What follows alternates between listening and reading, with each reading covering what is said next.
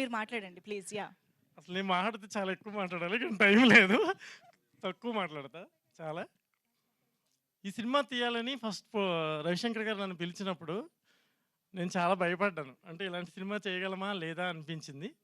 ఆయన కొన్ని ఐడియాస్ చెప్పారు కథలో. ఇలా ఉంటే బాగుంటుంది, ఇలా మార్పులు చేస్తే చాలా బాగుంటుంది. మీడియా అందరికీ నమస్తే ఫస్ట్. ఆయన పిలిచి చెప్పారు నాకు. చెప్పినప్పుడు నేను చేయగలనో లేదో అనుకున్నాను. బట్ చాలా ప్రోత్సహించి కథను అద్భుతంగా రెడీ చేయించి, అలాగే డైలాగ్స్ అనిల్ గారు ఆయన చాలా హెల్ప్ చేశారు. అలాగే సూర్యప్రకాష్ గారు స్క్రీన్ ప్లే రైటరు ఆయన ఒక ఆయన. తర్వాత శ్రీకర్ నా ఫ్రెండ్స్ అందరూ కొంచెం సపోర్ట్ చేశారు. మేము బ్యూటిఫుల్ స్క్రిప్ట్ రెడీ చేసాము. సినిమా తీద్దామని అనుకున్నాం. నేను చాలా క్లుప్తంగా చెప్తాను, ఎందుకంటే నా సినిమా గురించి కొంతమందికి తెలియాలి కాబట్టి నేను చెప్తున్నా. ఫస్ట్ హీరో ఎవరు అనుకున్నాం. అనుకుని ట్రై చేసాం. ఫస్ట్ మెయిన్ క్యారెక్టర్స్ వాణి విశ్వనాథ్ గారు, వినోద్ కుమార్ గారి క్యారెక్టర్లు ఏదైతే మనం చూసామో ఆ క్యారెక్టర్స్ చేద్దామని ట్రై చేసి ఓ సూపర్ హీరో ఇప్పుడు క్యారెక్టర్ ఆర్టిస్ట్గా ఉన్న ఒక వ్యక్తిని నేను సంప్రదించాను. సంప్రదిస్తే ఆయన ఏమన్నారంటే, రైతులకు నేను లీడర్గా ఉందాం అనుకుంటున్నాను. ఆ మహిళలు చేసే ఉద్యమం చూస్తే నాకు కన్నీళ్ళు వస్తున్నాయి నాకు. ఖచ్చితంగా ఈ సినిమాకి నేను చేయడమే కాకుండా ఆ మహిళలందరికీ నేను ఒక లీడర్లా నిలబడాలనుకుంటున్నాను అని చెప్పాడు ఆయన ఆర్టిస్ట్. చెప్పిన తర్వాత కథ చెప్పడానికి రమ్మన్నారు. నేను ప్రొడ్యూసర్ని తీసుకుని కథ చెప్పడానికి వెళ్ళాను. కథ స్టార్ట్ చేసిన 5th మినిట్లో ఆయన డోర్ లాక్ చేశారు. డోర్ లాక్ చేసి వెనక బయట మా వైఫ్ వాళ్ళు ఉన్నారు. ఈ సినిమా నేను చేయడం వలన మ్యారేజ్కి ఎదిగిన కూతురు ఉంది. ఇప్పుడు నేను ఆ సినిమా చేశానంటే నా పిల్ల మ్యారేజ్ కూడా ఇబ్బంది అవుద్దామో అనిపిస్తుంది. ఇలాంటి కథలు, ఇలాంటి జనం గురించి, ఇలాంటి ఫార్మర్స్ గురించి ఇలా ఉంటుందని కథ నేను ఊహించలేకపోయాను. సో నేను ఈ సినిమా చేయట్లేదు అని చెప్పారు. చెప్పినప్పుడు అదే క్యారెక్టర్ ఆర్టిస్ట్ వాణి విశ్వనాథ్ గారి క్యారెక్టర్ ఏదైతే అనుకున్నామో కో ఆర్టిస్ట్ కూడా టాప్ ఆర్టిస్ట్ నా ప్రీవియస్ సినిమాల్లో కూడా చేశారు. ఆవిడ కూడా డ్రాప్ అయిపోయారు. సో ఓకే, వీళ్ళిద్దరూ డ్రాప్ అయిపోయారు. మన హీరో ఎవరు అని ట్రై చేస్తే అమరావతి రైతుల్లో కొంతమంది ఒక హీరోని సపోర్ట్ చేశారు. ఆ హీరో 3 months తిప్పాడు. తిప్పిన తర్వాత 3rd month కథ విన్నాడు. కథ విన్న తర్వాత ఏం చెప్పాడంటే, అసలు ఈ సినిమా నేను కాదు కదా, తెలుగులో ఏ హీరో చేయడు. ఎందుకంటే ఇది రైతుల గురించి తీస్తున్న సినిమా, ప్రజల గురించి తీస్తున్న సినిమా. ఇలాంటి సినిమాలు చేయాలంటే దానికి తగ్గట్టుగా ఉండాలి, అనేకమైన పరిస్థితులను ఎదుర్కోవాలి. ఆ పరిస్థితులను ఎదుర్కొనేంత ధైర్యం నాకు కాదు కదా, ఎవరికీ లేదు. కాబట్టి ఈ సినిమా నేను చెయ్యను అన్నాడు. అప్పుడు రవిశంకర్ గారికి చెప్పాను నేను, సార్ డ్రాప్ అయిపోదాం సార్, మనం ఈ సినిమా చేయలేము. ఎందుకంటే ఎవరు సపోర్ట్ చేయట్లేదు, ఏ ఆర్టిస్టులు ముందుకు రావట్లేదు అని చెప్పాను.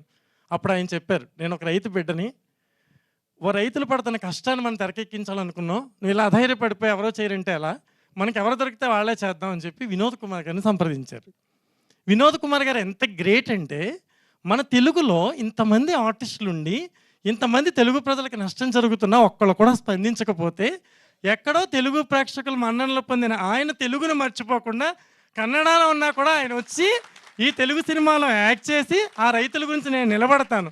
రాజకీయాలు వేరు, జీవితాలు వేరు, రైతులు వేరు, జరుగుతున్న కథలు వేరు. మనం ఫ్యాక్ట్స్ని తీస్తున్నప్పుడు మనం ఎందుకు భయపడాలి, నేను ఈ సినిమాలో ఈ క్యారెక్టర్ చేస్తానని ఆయన ముందుకు రావడం జరిగింది. ఫస్ట్ నేను ఆయనకి సాష్టాంగ నమస్కారం చేయట్లేదు, కానీ చేయాలి. ఎందుకంటే ఈ క్యారెక్టర్ ఆయన చేసినందుకు జీవితాంతం ఆయన కాళ్ళ దగ్గర ఉంటానని నేను చెప్తున్నాను మీకు. నెక్స్ట్ సెకండ్ స్టెప్ వాణి విశ్వనాథ్ గారు. ఆవిడ ఒక మలయాళం హీరోయిన్, తెలుగులో ఎన్నో అద్భుతాలు సాధించిన హీరోయిన్. ఆవిడ ముందుకు వచ్చి రైతులు అంతలా కష్టపడుతుంటే ఆ సినిమాలో యాక్ట్ చేయడానికి నాకేంటి ప్రాబ్లం అని చెప్పి ఆవిడ వచ్చి ఎంత అద్భుతమైన కోఆపరేషన్ అంటే వినోద్ కుమార్ గారు, వాణి విశ్వనాథ్ గారు. అసలు 600-700 రైతుల మధ్యలో మేము ఈ సినిమా తీసాం. ఆ రైతులంతా రియల్ ఫార్మర్స్. ఎవరైతే రాజధానికి భూములు ఇచ్చారో ఆ లేడీస్ అంతా వచ్చి యాక్ట్ చేసేవారు. వాళ్ళు మార్నింగ్ ఇంట్లో పని చేసుకోవాలి, మొత్తం పాడి ఉంటుంది, వాళ్ళకి పంటలు ఉంటాయి, అవన్నీ చూసుకోవాలి, పిల్లల్ని కారియర్ పెట్టాలి, స్కూల్కి పంపించాలి, అవన్నీ పంపించి లొకేషన్కి వచ్చేవారు. వాళ్ళు వచ్చి లొకేషన్లో మళ్ళీ యాక్ట్ చేసి మళ్ళీ ఈవినింగ్ వరకు యాక్ట్ చేసి ఇంటికి వెళ్ళిపోయేవారు. ఆ మహిళలు, ఆ రైతులు చేసిన సపోర్ట్ వల్లనే ఈ స్క్రీన్ మీద సినిమా చాలామంది ట్రైలర్ చూసి చాలా బాగా తీశారు, చాలా ఎమోషనల్గా ఉంది, మేము బాగా తీయడానికి ట్రై చేస్తాం. ఆ ఎమోషన్ రావడానికి కారణం వాళ్ళు రియల్ ఫార్మర్స్. వాళ్ళ మొహాల్లో కనిపిస్తున్న ప్రతి ఎక్స్ప్రెషన్ రియల్. అక్కడ వాళ్ళు పడిన మానసిక సంఘర్షణని వాళ్ళ మొహాల్లో చూపించగలిగాం మనం. అందుకే ఆ ట్రైలర్ అంత గొప్పగా ఉంది. కాబట్టి ఆ రైతులందరికీ, నాకు సపోర్ట్ చేస్తున్న రైతు సహోదరులకి, రైతు నారీమండలి వీళ్ళందరికీ కూడా నేను స్పెషల్గా థ్యాంక్స్ చెప్తున్నాను. కాబట్టి వినోద్ కుమార్ గారు వాణి విశ్వనాథ్ అయిపోయింది. హీరోకి వచ్చాను నేను. హీరోకి వస్తే ఎవరు హీరో దొరకట్లేదు. ఒక 8 members 9 members అప్రోచ్ అయ్యాను నేను. బట్ ఎవరికి ఫార్మర్స్ అంటే పడట్లేదు, స్టేట్ అంటే పట్టించుకునే పరిస్థితుల్లో లేరు. వద్దండి బాబు, ఏదైనా కమర్షియల్ సినిమాలు చెప్పండి అంటున్నారు. ఆ టైంలో తమిళ నుంచి ఆ అబ్బాయిని సెలెక్ట్ చేశాను నేను. ఆ అబ్బాయికి తెలుగు రాదు. ఫస్ట్ లొకేషన్లో వాణి విశ్వనాథ్ గారికి గుర్తుండే ఉంటుంది, అమ్మ నేను ఊరి నుంచి వచ్చానని చెప్పడం కూడా రాలేదు. అబ్బాయికి తెలుగు రాలేదు, తెలుగు తెలియలేదు. భయపడ్డారు అందరూ యూనిట్లో. ఎక్స్ట్రాడరీ అసెంబ్లీ సీన్లు ఉంటాయి, ఎక్స్ట్రాడరీ ఎమోషనల్ డైలాగులు ఉంటాయి, ప్రభుత్వాన్ని నిలదీసే డైలాగులు ఉంటాయి. ఇలాంటి డైలాగులు ఈ అబ్బాయితో ఎలా షూట్ చేస్తారని అడిగారు నన్ను లొకేషన్లో అందరూ. ఏం కాదు, కాలం సమాధానం చెప్పుద్ది అన్నట్టుగా కాలమే అబ్బాయికి నేర్పుద్ది అన్నాను. అలాగే నేర్చుకున్నాడు. ఎక్స్ట్రాడరీ పెర్ఫార్మెన్స్ చేశాడండి ఆ అబ్బాయి. Beautiful performance. ఆ ఫార్మర్స్ ఎమోషన్ అది అంతా అతను అద్భుతంగా క్యాచ్ చేశాడు. తర్వాత నెక్స్ట్ స్టెప్ అమృత. నేను ఏరువాక పాటలో చేయమన్నాను, వద్దండి బాబు ఇలాంటి పాటలు ఇలాంటి సినిమాలు ఏమవుద్దో ఏంటో అని టెన్షన్ పడిపోయింది. కానీ నేను చాలా కన్విన్స్ చేసి అమ్మాయి బొట్టలు కూడా వేకేట్ చేసి వెళ్ళిపోయింది భయపడి. మళ్ళీ పిలిపించి మళ్ళీ ఆ పాటలో యాక్ట్ చేయించాను. అమ్మాయి బ్యూటిఫుల్గా చేసింది. అలాగే హీరోయిన్ వీణా కూడా కొత్త అమ్మాయి రాలేదు హెల్త్ ప్రాబ్లం వల్ల. ఆ అమ్మాయి కూడా చాలా బ్యూటిఫుల్గా చేసింది. డైలాగులు అద్భుతంగా ఉంటాయి ఈ సినిమాలో. మేము ఇన్ని కష్టాలు పడి సినిమా తీసింది ఒక పార్టీ కోసం కాదు. ఒక ఫ్యాన్ గుర్తు అంటే వైఎస్ఆర్సీపీ అంటారు, ఒక ఇంటి గుర్తు అంటే ఒక నాగల గుర్తు అంటే తెలుగుదేశం అంటారు, ఒక కారు గుర్తు అంటే కేసీఆర్ పార్టీ అంటారు, ఓ హస్తం గుర్తు అంటే మనం కాంగ్రెస్ పార్టీ అంటాం. నాది జాతీయ జెండా లాంటి సినిమా. జాతీయ జెండా ఎవరిదని అడిగితే ఏం చెప్తాం? జాతీయ జెండా ఎవరిది అని అడిగితే మావాడిది అంటాం. దాని కులం ఉండదు, మతం ఉండదు, ప్రాంతం ఉండదు. భారతదేశంలో ప్రతి ఒక్కడికి ఆ జెండా మీద హక్కు ఉంటుంది. అలాగే నా సినిమా కూడా జాతీయ జెండా లాంటిది, అందరికీ ఉపయోగపడే సినిమా ఇది. రైతు అంటే ఎవడకు కాదు, రైతు అంటే భూమిని దున్నేవాడే కాదు, భూమిని పండించిన తినేవాడు కూడా రైతు బిడ్డ లాంటి వాడే. ఆ ఉద్దేశంతోనే నేను చెప్తున్నాను. రవిశంకర్ గారి గురించి చెప్పాలంటే ఎన్నో రోజులు, నేను ఎక్కువ మాట్లాడుతాను అనుకోవద్దు, ఎందుకంటే మేము పడిన కష్టం మీకు తెలియాలి కాబట్టి నేను చెప్తున్నాను. చాలాసార్లు సీన్లు తీస్తున్నప్పుడు కొంతమంది రైతులకి అనివార్య కారణాల వలన ఎవరైనా ఊర్లో చనిపోయినా, ఆ ఊర్లో ఏదైనా పెద్ద ఫంక్షన్ ఉన్నా, అక్కడికి ఏదైనా పొలిటికల్ మీటింగ్స్ జరిగినా, ఈ డిస్టర్బెన్స్ జరిగినా ఆ ఊర్లో విలేజెస్కి రావడం కుదిరేది కాదు. అలా అసెంబ్లీ సీన్ తీయాలంటే కనీసం ఒక 700-800 మెంబర్స్ ఫార్మర్స్ కావాలి మాకు. బట్ ఆ ఫార్మర్స్ వస్తే కానీ షూటింగ్ చేయలేం. అలా 2 రోజులు 3 రోజులు 4 రోజులు అలా వెయిట్ చేసి ఆ సీన్ అవ్వకపోయినా, అమౌంట్ ఖర్చు అయిపోయినా కూడా పర్వాలేదు, అనుకున్న ఎఫెక్ట్ రావాలని మళ్ళీ ఆ రైతులు 700 మంది సమీకరించే వరకు సుధాకర్ గారు, నరేంద్ర గారు ఇలా చాలామంది బ్యూటిఫుల్గా సపోర్ట్ చేశారు మాకు. వాళ్ళందరూ మళ్ళీ ఆ రైతులు ఒరిజినల్ రైతులు వచ్చాక మాత్రమే మేము షూటింగ్ చేసేవాళ్ళం. అలా ఆయన ప్రొడక్షన్ విలువలు కూడా ఎంతో పెంచి, డబ్బు కాదు మనం ముందు రైతు పెట్టిన ఇంచు భూమి కూడా ఆయనకి లేదు. ఆయన సినిమా చేయడానికి కారణం కేవలం రైతుల మానసిక సంఘర్షణ ప్రజలకు తెలియాలని. ఈ రైతుకు సంబంధించిన సంఘర్షణలో ఏ క్యారెక్టర్లు ఎలా ప్రవర్తించినాయో కళ్ళకు కట్టినట్టు ఈ సినిమాలో చూపించడం జరిగిందండి.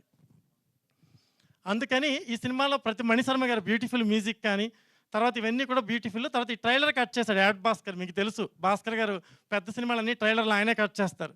ఫస్ట్ మా ప్రేక్షకుడు ఆయనే. ఈ సినిమా రెడీ అయిన వెంటనే సినిమా తీసుకెళ్ళి ఆయనకి ఇచ్చాను నేను. ఆయన సినిమా చూసి అన్నారు, ఏమన్నారంటే, ఒక సినిమా డైలాగులు తీస్తే 10-15 వస్తాయి సూపర్ హిట్ ట్రైలర్ కూడా, మీ సినిమా 45 డైలాగులు వచ్చినాయి, ఇలాంటి ట్రైలర్లు 10 కట్ చేయొచ్చు అని చెప్పారు ఆయన నాకు. ఆయనే మొదట భరోసా ఇచ్చాడు. ఆయన మంచి డైరెక్టర్ అవుతాడని నాకు నమ్మకం. సో ఆయన జడ్జిమెంట్ తీసుకుని నేను ముందుకు వెళ్ళిపోయాను.